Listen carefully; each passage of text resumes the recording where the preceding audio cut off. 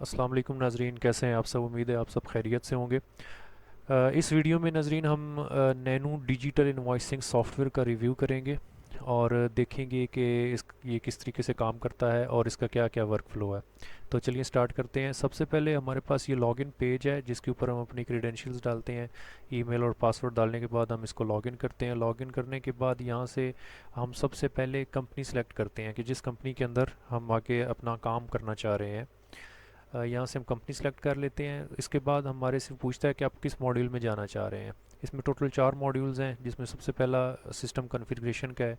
इसी को पहले रिव्यू करते हैं। सिस्टम कॉन्फ़िगरेशन के अंदर आपको सबसे पहले जो ऑप्शन मिलती है वो ऑर्गेनाइजेशनल सेटिंग्स की, जिसके अंदर बेसिक एंड कंपनी सेटिंग्स आ जाती हैं। इनको अगर हम देखते हैं तो इसके अंदर हमें जो बेसिकली हमारा ये एक मेजर अकाउंट होता है जिसको हम टेनेंट अकाउंट भी बोलते हैं। इस टेनेंट अकाउंट के ऊपर ये टेनेंट का नेम आ रहा होता है। एक टेनेंट जो है वो मल्टीपल कंपनीज़ को मैनेज कर सकता है। ये इसके अंदर चाइल्ड कंपनीज़ हैं। जैसा कि इस टेनेंट के अंदर ये 2 कंपनीज़ ऐड हुई हुई हैं। ठीक है, यहाँ पर आप अपनी इन्फॉर्मेशन जो है उसको मॉडिफाई कर सकते हैं। मतलब ये टेनेंट की इन्फॉर्मेशन को मॉडिफाई करने के लिए हम इस पर क्लिक करते हैं तो ये हमें एक आगे फॉर्म ओपन हो जाता है जिसके अंदर हम इसकी कोई भी इंफॉर्मेशन जो है वो हम उसको अपडेट करके दोबारा से हम सेव कर सकते हैं। ठीक है।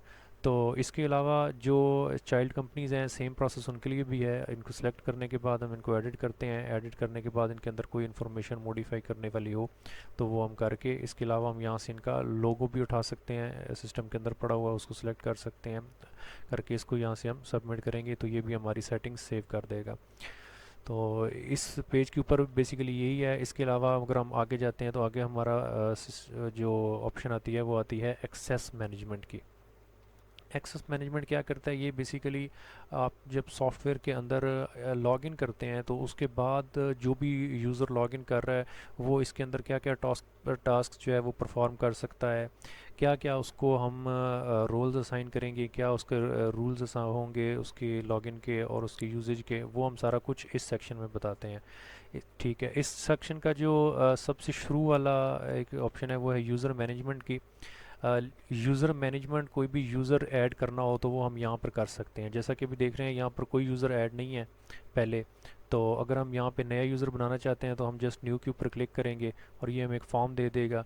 इस फॉर्म के अंदर हम यहाँ पर यूज़र का नेम, उसका ईमेल, उसका कॉन्टैक्ट नंबर, CNIC और इसका ये जो है सिलेक्ट एक्टिव स्टेटस है या इनएक्टिव है, या ये कंट्री कोड जो होता है ये बेसिकली मोबाइल नंबर चेक करने के लिए होता है। इसके अलावा जो ईमेल आईडी है ये यूनिक होनी चाहिए। और इसके अंदर कुछ थोड़ी सी रिस्ट्रिक्शंस भी हैं जो कि हम बाद में डिटेल वीडियो में जब हम यूज़र मैनेजमेंट पे आएंगे उस टाइम हम देखेंगे कि एग्जिस्टिंग यूज़र्स को कैसे ऐड किया जाता है या न्यू यूज़र जो है वो रजिस्टर कैसे किया जाता है या यूज़र लिंक्स क्या होते हैं। इन सब चीज़ों को हम उस टाइम पे देखेंगे। इसके अंदर हम ये कंपनीज वगैरह साइन कर सकते हैं यूज़र को। इसका जो RBAC रूल इसके ऊपर क्या अप्लाई होगा और इसका रोल क्या होगा, ये सारी चीज़ें हम यहाँ पर लगा के यहाँ से हम यूज़र ऐड कर सकते हैं। अगला जो हमारा है वो है RBAC सेटिंग्स का। RBAC सेटिंग्स के अंदर हम बेसिकली जो एक रूल और एक रोल, इनकी बेस के ऊपर हम कुछ परमिशंस जो हैं उनको मैप करते हैं ताकि जब हमारा कोई भी यूज़र है जिसको हमने ये इस रूल के ऊपर ये वाला रोल असाइन किया हो तो वो जब लॉगिन करे तो उसके लिए हमने क्या क्या परमिशन सेट करनी है। तो बेसिकली हम यहाँ से ये रूल्स दोनों सेलेक्ट करने के बाद कंपनी के, किस कंपनी के अंदर ये हम जो रूल है ये बनाने जा रहे हैं, तो यहाँ से हम वो कंपनी सेलेक्ट करते हैं और उसके बाद ये क्वेरी करते हैं और यहाँ पर ये सारी